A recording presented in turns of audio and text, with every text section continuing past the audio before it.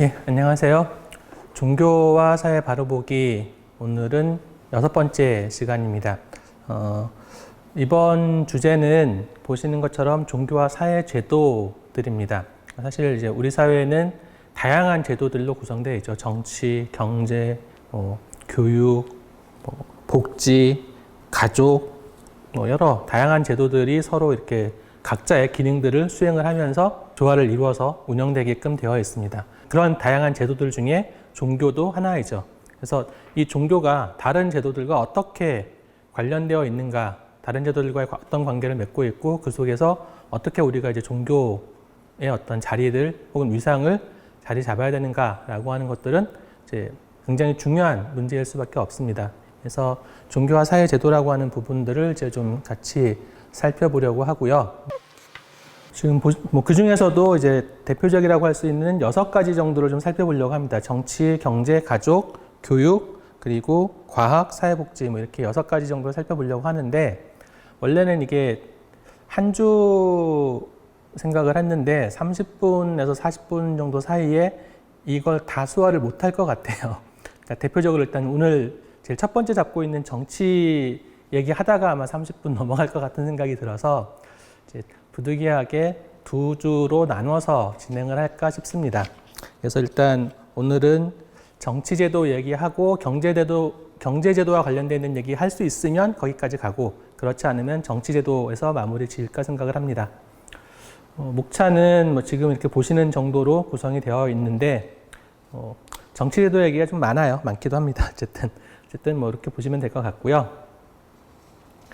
자, 종교와 정치제도에 대한 이야기부터 좀 살펴보죠. 일단 이 종교라고 하는 거는 사람들에게 이렇게 사는 것이 바람직한 삶이다 라고 하는 것을 가르쳐주고 그 틀로 그런 어떤 프레임으로 사람들에게 영향력을 주고 싶어 해요. 정치도 마찬가지죠. 그러니까 종교와 정치는 이제 인간에 대한 지배력, 그러니까 인간에 대한 지배, 영향력의 확립이라고 하는 것에 관심을 가지고 있습니다. 그런 점에서 이제 유사성을 가지고 있고 지배를 위한 권력의 획득이나 유지를 위해서 정치와 종교가 서로 대립하거나 타협을 하는 그러한 모습들을 그동안 쭉 역사적으로 이제 우리가 살펴볼 수가 있었죠.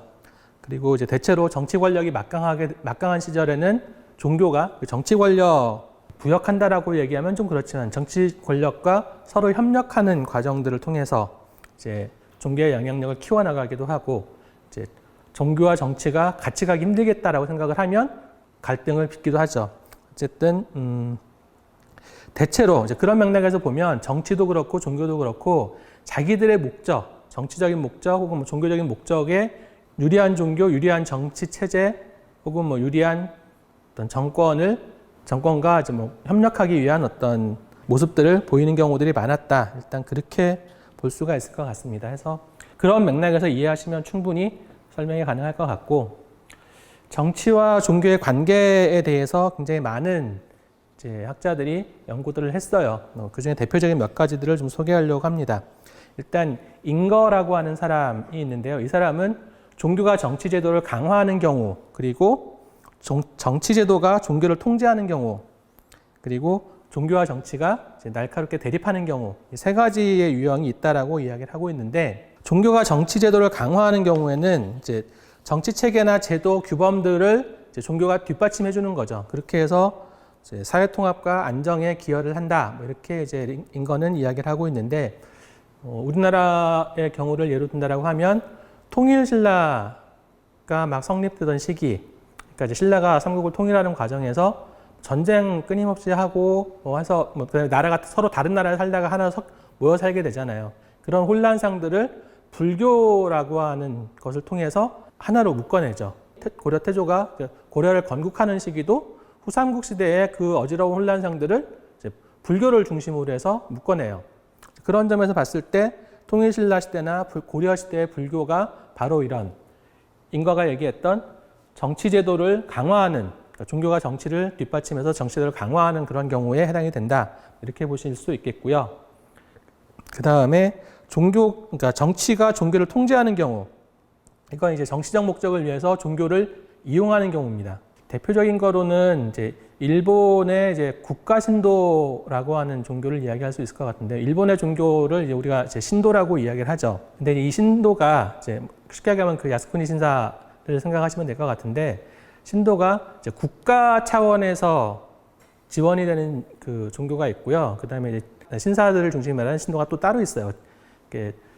국가 신도가 이 경우에 해당이 됩니다. 정치적 목적을 위해서 종교를 이제 활용하는 경우.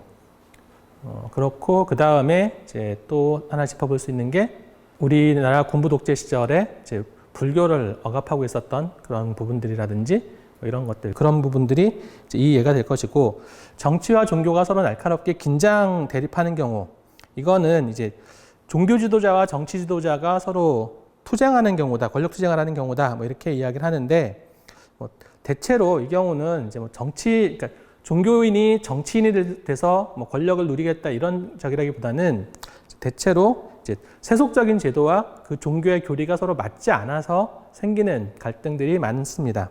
그리고 이제 그럴 경우에 종교는 정치 체제에 대한 비판 세력으로 부각을 하게 되죠. 우리나라 같은 경우에 예를 든다라고 하면 문제운동에서 중요한 역할을 했던 천주교의 정유구현 사제단 같은 경우가 이런 역할에 해당이 될 것이고, 남미의 해방신학이 또 여기에 해당이 될 것 같아요. 급격한 정치적, 경제적 변화 상황에서 흔히 관찰이 된다라고 이제 인건은 이야기를 하고 있습니다. 그 다음에 스트롬 얘기는 그냥 보시면 될 것 같고요. 특별한 설명을 더 드릴 필요는 없을 것 같습니다. 존 스톤 얘기를 좀 우리가 좀 들여다 봐야 돼요. 이유는 이제 여기서 좀 중요한 얘기들이 좀 나와서 그런데, 종교가 국가보다 우위에 있는 경우, 이제 신정정치라고 하기도 하고, 뭐 재정일치 사회라고도 이야기합니다. 그러니까 신이 통치하는, 그래서 신에 의한 통치, 그리고 국가는 그 신의 뜻을 집행하는 기관으로서 자리매김하는 그러한 경우를 이제 신정정치라고 하고, 고대 이스라엘이라든지 중세 유럽, 그 다음에 현대 사회에서는 이슬람 국가들, 최근에 아프가니스탄이라든지 이란이라든지 이런 나라들이 여기에 해당이 된다, 이렇게 보시면 되겠고요. 국가가 종교보다 우위에 있는 경우도 있습니다. 이 경우는 이제 종교의 자율성이나 또 궁극적인 권위, 영향력이 허용되지 않고, 이제 통제가 용이한 종교를 이제 국가가 선택해서 국교로 이용하는 경우들이 많습니다. 아까 이야기했던 그런 메이지 유신 이후에 일본의 국가 신도가 대표적인 사례다, 뭐 이렇게 보실 수도 있겠고요. 그리고 이제 정치와, 그러니까 국가와 종교가 분리된, 정교부가 분리된 상태가 존재한다. 대부분의 현대 국가들이 이제 법적으로는 이 정교 분리 상태에 있다라고 보시면 될 것 같아요. 그리고 이 존 스톤 얘기에 이어서 이 버논이라고 하는 사람이 하는 이야기가 있는데, 이 사람도 이제 존 스톤과 비슷한 관점으로 설명을 하고 있어요. 일단은 정부와 종교의 관계에 주목을 하고 있는데, 일단은 정부가 하나의 종교를 우대하고 다른 종교들을 거부하거나 차별하는 경우가 있다. 이게 이제 국교를 인정하는 경우예요. 그래서 국교는 참된 종교 혹은 최고의 종교다. 그리고 다른 종교들은 거짓된 종교이거나 열등한 종교이거나 혹은 그릇된 것, 삿된 것이다. 이렇게 이제 간주해버리는 그런 경우가 있고, 근데 이제 문제는 국교의 경우는 정부의 간섭을 최소화하고 자율성을 지킬 것이냐, 아니면 정부의 도덕적 대변자로서 정부가 주는 혜택을 받아 누릴 것이냐라고 하는 이제 이 문제가 종교 내부에서 항상 심각하게 이제 갈등을 일으킬 수밖에 없는 문제가 되는 거고요. 다행히 이제 어떤 정부의 정책과 그 종교의 종교적 가르침이 유사하면 문제가 없는데, 문제는 이제 종교적 가르침과 정부의 정책이 서로 어긋나서 갈등이 심각할 때 이 국교는 어떻게 해야 될 것이냐, 이제 종교 내부에서 우리가 어떻게 해야 될 것이냐라고 하는 그 부분이 심각한 이제 갈등을 빚게 되죠. 근데 이제 대체로 아까 말씀드렸던 것처럼 대부분의 국가들은 현대 사회에서 정교 분리를 채택을 하고 있습니다. 그래서 모든 종교들에게 자율성과 신앙의 자유를 보장하고, 또 경우에 따라서는 일정한 혜택을 부여하기도 하죠. 우리나라 같은 경우도 법률적으로 헌법에 신앙의 자유가, 종교의 자유가 명시되어 있고, 그 다음에 사실 이제 소득세나 이런 다양한 세제 혜택이라든지 여러 가지 면에서 종교가 지원을 받고 있습니다. 어느 특정 종교에만 한정된 지원은 아니고 모든 종교들에게 기회는 공평하게 열려져 있는 상황이죠.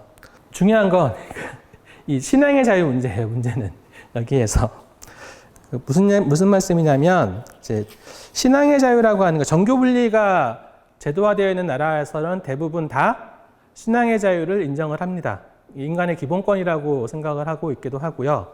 그다음에 이제 정교 분리를 원칙적으로 이제 실현하기 위한 어떤 수단으로서 신앙의 자유를 이제 얘기를 하는데, 이 신앙의 자유가, 종교의 자유라고 하는 것이 사실은 여러 가지 세부의 내용들을 가지고 있어요. 대표적인 게 종교 선택의 자유예요. 내가 종교를 믿을 것이냐 말 것이냐, 믿으면 어떤 종교를 믿을 것이냐라고 하는 종교 선택의 자유. 그 다음에 내가 믿는 종교를 자유롭게 사람들에게 이야기하고 알리고, 그리고 다른 사람들에게 내가 믿는 종교를 권할 수 있는, 흔히 이제 우리가 이야기하는 선교의 자유도 이 종교의 자유, 신앙의 자유의 하위 범주에 포함이 됩니다. 그러면 어떤 게 더 우선순위냐? 그러니까 종교 선택의 자유가 더 우선순위에 있느냐?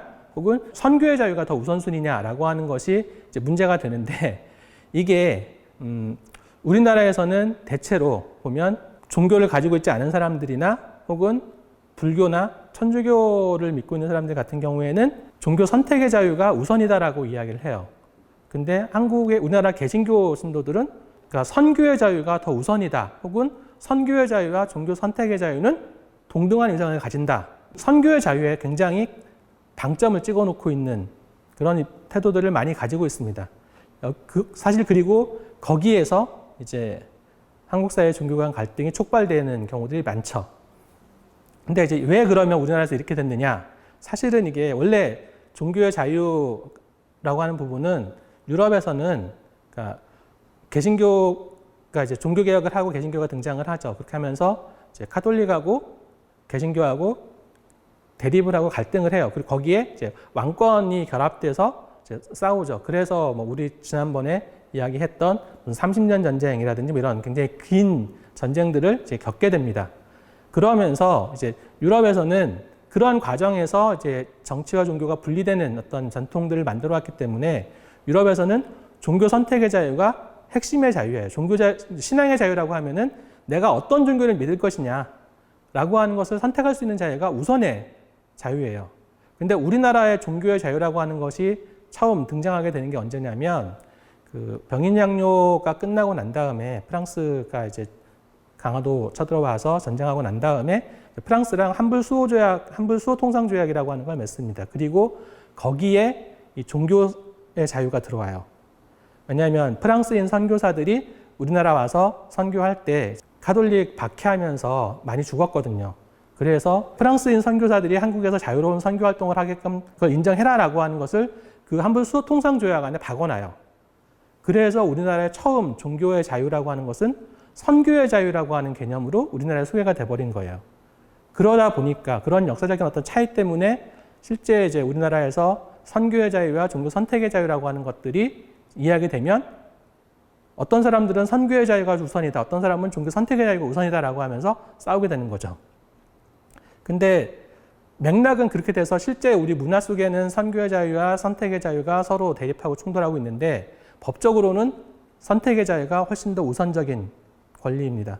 그리고 그 선택의 권리를 보장하기 위한 하위 권리로서 이제 선교의 자유가 존재한다. 이제 그런 것들도 이제 사실은 좀 기억을 해두셔야 될 부분이어서 좀 더 말씀을 드렸고요. 그 다음에 정부가 모든 종교들을 거부하고 사회로부터 제거하는 활동을 하는 경우, 이 경우가 이제 초기 공산주의 국가들의 경우에서 나타나고 있는 그런 정부와 종교의 관계다, 이렇게 보시면 되겠고요. 종교와 정치적 태도에 대한 이야기를 그다음에 좀 하죠. 대부분의 종교는 특정한 정치 체제나 정치적 이념 혹은 행동을 정당화하는 경향들이 있다. 왜냐하면 그것이 종교적 신념이나 가치와 부합하기 때문에 그렇거나 혹은 국가로부터 특혜를 기대할 수 있기 때문에 그런 경우들이 많습니다. 그리고 대체로 보면은 기성 종교들은 보수적이에요. 기존 질서들을 정당화해주는 그런 입장에 서는 경우가 많고, 신흥 종교들은 상대적으로 좀 급진적인 경우가 많습니다. 왜냐하면은 기성 종교가 어떻게 보면 그러니까 기존의 어떤 정치 질서와 협력함으로써 얻고 있는 기득권이 있잖아요. 그 기득권이 깨져야 소수 종교 혹은 신흥 종교들이 등장할 수 있는 혹은 뭐 사회적 영향력을 확대할 수 있는 가능성들이 생겨요. 그래서 이제 소수 종교나 신흥 종교들은 상대적으로 좀 급진적이고 진보적인 입장을 취하는 경우들이 많다. 이렇게 얘기를 할 수가 있겠고, 종교는 기본적으로 권위주의적인 어떤 정치 형태를 선호하는 경향이 있긴 합니다. 그러니까 종교 자체가 좀 권위주의적인 그런 성격들이 있어서 그렇고요. 정부가 종교를 억압하거나 혹은 뭐 종교가 예언자적 전통을 강조하는 그러한 경우는 정부에 대해서 비판적인 입장을 취하는 경우들이 상대적으로 좀 많이 나타나는 모습들을 볼 수 있습니다. 그리고 종교가 탈정치화를 조장하는 경우, 그러니까 이거는 이제 쉽게 얘기하면은 이제 정치하고 종교가 관계가 없어, 거리를 둬야 돼라고 하는 입장인데요. 크게 두 가지의 주장을 통해서 이 탈정치화 조장을 합니다. 초가치화라고 하는 건데요. 이건 뭐냐면 성과 속을 구분하고 종교는 성스러운 세계고 정치는 속된 세계를 대표하는 세력이고, 종교적 가치가 세속적 가치보다 훨씬 더 중요하고 우선적이다라고 이제 종교적 가치에 이제 우선순위를 부여하게 되면, 그러면 정치가 추구하는 세속적 가치는 종교로서는 거들떠볼 필요가 없는 게 돼버리죠. 그래서 정치로부터 이탈해버리는 그런 경우가 있고, 그 다음에 개별화시키는 경우가 있습니다. 이 경우는 종교를 개인적 구원의 문제로 한정을 하고 이제 개인적 신앙을 중시함으로써 정치적 참여나 관심을 바람직하지 않은 것으로 간주하게 하는 것이 이 개별화인데요. 이거는 뭐냐면 이제 종교를 믿는 이유가 사회의 구원이 아니라 각자 종교를 믿는 사람 개개인의 구원의 목적이 있는 거다. 그러니까 굳이 정치 참여 이런 것에 관심 둘 필요가 없다라고 하는 방식으로 이제 이야기를 하는 경우가 이 개별화예요. 이 두 가지를 통해서 대체로 이제 정치로부터 종교가 거리를 두게, 교단 차원에서는 정치하고 상당히 밀접하게 관련을 맺는데 신도들에게 정치로부터 멀어져라라고 이야기를 하는 거예요. 그러한 초가치화 혹은 개별화의 결과로 나타나는 것이 무엇이냐라고 했을 때 정치 혐오 혹은 정치적 무관심이 초래된다라고 이야기를 할 수가 있을 것 같습니다. 뭐 희소자원을 두고 벌어지는 정치적 투쟁, 누가 더 많은 이권을 가져갈 것이냐, 누가 더 많은 권력, 힘을 발휘할 것이냐, 이런 것과 관련해서 이런 거는 가치가 없다, 부적절한 거다. 그렇게 이야기를 하고, 정치적 갈등이나 사회개혁의 문제에 개입하는 것을 방해하는 경우들. 우리나라 같은 경우에는 개신교계에서 1907년인가 8년인가 하여튼 고즈음에 이제 그 평양 대붕해라고 하는 그런 어떤 역사적 사건이 있습니다. 그러니까 우리나라 이제 초기에 1900년대 초기에 이제 평양 대붕해라고 하는 사건이 있었는데, 이게 무슨 사건이냐면 사실 우리나라에서 개신교에 이제 사람들이 관심을 가졌던 이유는 조선 말에 구한 말에 그 빈약했던 조선을 좀 더 부강한 나라로 만들겠다라고 하는 그런 어떤 목적을 가지고 있는 사람들이 어떻게 하면 부국 강병을 할 수 있을까라고 했을 때, 그런 예로 이제 외국의 국위 열강들을 이제 그때 청나라 말고 중국 말고 중국이랑 일본 말고 다른 국위 열강들을 그때 보기 시작을 한 거예요. 그러면서 저 사람들처럼 하면 되지 않을까라고 하면서 부국 강병을 하기 위한 하나의 수단으로서 기독교, 특히 개신교를 수용을 하려고 하는 입장들을 가지고 있는 사람들이 초기에 이제 개신교 신자들이었어요. 그래서 이제 적극적으로 개신교를 수용을 하는데, 이제 한국에 들어온 개신교 선교사들은 사회를 개혁시키는 거에 대해서는 관심이 없었거든요. 그 사람들은 사실 우리나라에 들어왔던 개신교 선교사들은 자기들 개인적 목적 때문에 들어온 사람들이 훨씬 더 많습니다. 그러니까 숭고한 종교적 사명 때문에 온 게 아니라 자신의 어떤 먹고 살 길, 그다음에 혹은 뭐 다른 이권 개입한 이런 것들 때문에 일종의 제국주의적인 침략 의도를 가지고 들어온 선교사들이 많았어요. 그래서 한국에 와서 광산이니 뭐냐 이런저런 이러저러한 이권들에 개입하는 경우들이 많았고, 근데 그런 이권들은 정치 권력하고 대립을 하면 이권을 보장받을 수가 없잖아요. 그러니까 정치 권력과 좀 거리를 두려고 했었어요. 그래서 개신교 선교사들은 그런 거 하면 안 돼. 정치에 개입하면 안 돼. 뭐 조선을 부국강병으로 만들기 위해서 개신교가 있는 게 아니야. 너네들 하나하나를 구원하기 위해서 개신교가 존재하는 거야. 이런 식으로 하면서 이 두 세력이 다툼을 하고, 이 사회를 부국강병을 추구하기 위해서 개신교를 수용했던 사람들의 이제 교회 내에서 이제 주변으로 밀려나게 된 결정적인 계기가 그 평양 대부흥회입니다. 이제 그런 경우가 이제 해당이 될 것 같고요. 자, 그러면 이제 탈정치화 얘기를 했는데 사실 최근의 한국 사회의 모습들을 보면 오히려 종교가 적극적으로 정치에 개입하고 있는 모습들을 보여주고 있죠. 무슨 정광훈 목사를 비롯한 태극기 집회 같은 경우 보면은 앞에 성족이 이스라엘 국기를 왜 들고 나오는지 모르겠는데 이스라엘 국기 들고 나오고 하면서 다 이제 개신교 신자들이죠. 그런 경우들 보면은 이제 굉장히 적극적으로 참여하고 있고 선거 때마다 종교 정당 만들어서 이제 선거에 개입하고 있고 하는 모습들. 그러니까 종교가 이제 적극적으로 정치에 참여하고 있는 모습들을 보여주고 있습니다. 그러니까 종교가 무조건 정규 분리가 돼서 정치와 종교는 서로 떨어져 있어야 된다. 이게 아니라 이제 어떻게 보면 훨씬 더 적극적으로 정치에 참여하는 모습들을 이제 최근에 보여주고 있으니까 그 부분도 좀 짚어봐야 될 것 같아요.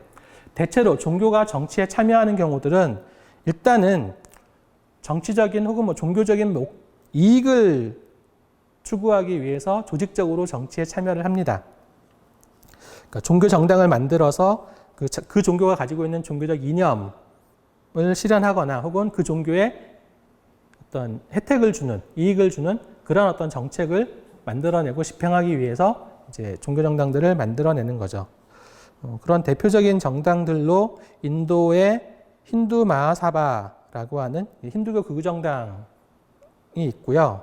그다음에 이제 북수단의 움마라고 하는 정당도 있고 칠레 기독교 민주당 같은 경우도 이런 류에 해당이 되고 뭐 적어놓지는 않았는데 우리나라의 우리나라 이제 기독교 정당들도 사실 여기에 해당이 되죠.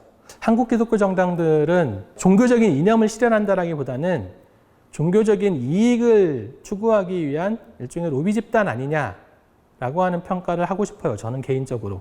이제 그것이 이제 가장 잘 드러났던 사례가 제 기억으로는 2000년대 2010년 즈음에서 있었던 선거가 아니었나 싶은데 이제 총선 국회의원 선거입니다. 그때 이제 기독교 정당에서 어떤 정책을 들고 나왔냐면 교회의 부채를 탕감하고 교회의 부채에 대한 이자를 2%, 그러니까 이자율을 2%인가 그 학교 법인에 빌려주는 이율로 이제 교회에 돈을 빌려줘야 된다라고 하는 정책을 들고 나와요.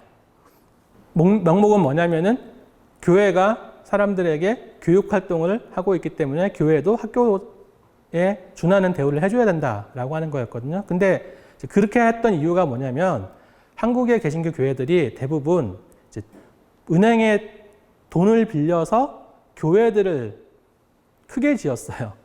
근데 교회 신도들이 떨어져 나가니까 그 빚을 갚을 길이 없었던 거예요. 그래서 교회 부채 탕감이라고 하는 것을 정책으로 들고 나왔는데 한국의 종교를 가지고 있지 않은 사람들이 절반, 그리고 다른 종교를 가지고 있던 사람들까지 따지면 3분의 2 혹은 뭐 4분의 3이 개신교가 아닌데 그런 정책을 들고 나와서 투표를 달라고 한다라는 거는 명백하게 이제 이익 집단화 한다라는 거죠. 그러니까 로비 집단화처럼 이제 기능을 했던 것이고, 첫 번째 선거인가서는 그때는 아마 통일교에서도 정당을 만들어서 선거에 참여했던 걸로 기억을 합니다. 대개 이제 그 선거 홍보물들이 정당별로 오잖아요. 그러면은 제일 첫 페이지에는 자기 정당 이름 쓰고 후보 이름 쓰고 두 번째 장에 이제 그 정당의 대표적인 정책들을 소개하면서 이제 선거에 참여하게 되는데, 그때 개신교 정당의 그 첫 번째 장이 뭐였냐면 그때 기호 6번인가 몇 번이었는데 하여튼 그 정당은 통일교입니다 라고 해서 통일교 낙선운동을 선거 홍보지에 활용을 하는 그런 모습을 보이기도 하고, 그런 점에서 이제 철저하게 개신교의 한국의 개신교 종교 정당들은 종교적인 이익을, 개신교의 이익을 추구하기 위한 집단들이 아니냐, 뭐 이런 평가들을 좀 해보게 됩니다. 자, 그 다음에 정치 질서를 변화하기 위한 의도적 비판적 참여, 그러니까 사회 변화를 위한 압력 수단으로서 사회 운동을 전개하는 경우들이 있죠. 뭐 인권 운동이라든지 반전 운동, 뭐 민주화 운동 등의 종교계가 참여하는 경우들이 이런 경우가 될 것이고, 그런 점에서 이제 사회 개혁에 크게 기여했다라고도 이야기할 수 있을 것 같습니다. 한국의 경우에, 우리나라 같은 경우에 만약에 종교가 정치에 참여를 해야 된다라고 한다면 바로 이 지점에서 정치에 참여를 해야 된다라고 생각을 해요. 그러니까 기본적으로 종교를 안 가지고 있는 사람이 전체 인구의 절반, 그 다음에 다른 종교를 가지고 있는 사람들이 또 남은 종교 인구의 절반을 차지한다, 절반 이상을 차지한다라고 한다면 자기 종교가 가지고 있는 그 종교의 어떤 종교적 가치, 신념 혹은 이상적인 어떤 사회상 이런 것들을 실현시키면 그 종교가 아니라 다른 종교를 믿지 않는 사람들이나 다른 종교를 믿고 있는 사람들에게까지도 혜택이 갈 수 있는 그런 어떤 정치적인 목표나 정책들을 내놓고 그것들을 구현해서 그 사회가 더 바람직한 사회로 나아갈 수 있게끔 해야 된다라고 하는 차원에서 그러니까 종교가 정치에 참여를 해야 되는 것이지 종교의 어떤 이익을 위해서 정치에 참여하는 것은 상당히 문제가 있다. 그런 어떤 직접 정당을 만들어서 참여한다라기보다는 그 자기 종교의 어떤 가치나 이념을 실현하는데 동의하는 사람들, 동의하는 어떤 정치인들을 양성하고 후원하고 그렇게 함으로써 그 종교적인 가치를 구현하는 쪽에 이제 포커스를 맞추는 것이 필요하지 않겠는가. 혹은 정당을 만들어서 참여한다라고 한다면 그러면 조금 더 보편적인 보편적인 어떤 가치를 실현하기 위해서 노력하는 모습으로 나타나야 된다. 일단 그렇게 말씀을 드릴 수 있을 것 같고요. 신앙이 정치적 성격으로 신앙운동이 정치적 성격으로 변질되는 것들은 이런 것들이 있다라는 정도로 보시면 될 것 같습니다. 그 다음에 이제 종교와 전쟁이라고 하는 부분들 읽어보시면 큰 문제는 없을 것 같고요. 우리나라 제도상에서 보면은 어쨌든 정치와 종교는 분리되어 있고 그렇다라고 하면 바람직한 국가를 만들어 나갈 수 있는 혹은 좋은 국가를 만들어 나갈 수 있게끔 정치 세력을 경계하고 혹은 방향을 제시하는 쪽에서 참여를 하고 그런 것들이 불교적 가치를 토대로 해서 그런 것들이 이루어질 때 어떻게 보면 우리의 포교에 유리한 조건들이 만들어진다라고 볼 수가 있을 것 같고요. 그런 것들을 중심으로 해서 포교라고 하는 것들을 생각을 하고 정치에 참여하는 부분들을 좀 고민해 볼 필요가 있지 않을까 싶습니다. 예, 오늘 이야기는 이런 정도로 마무리를 하겠습니다.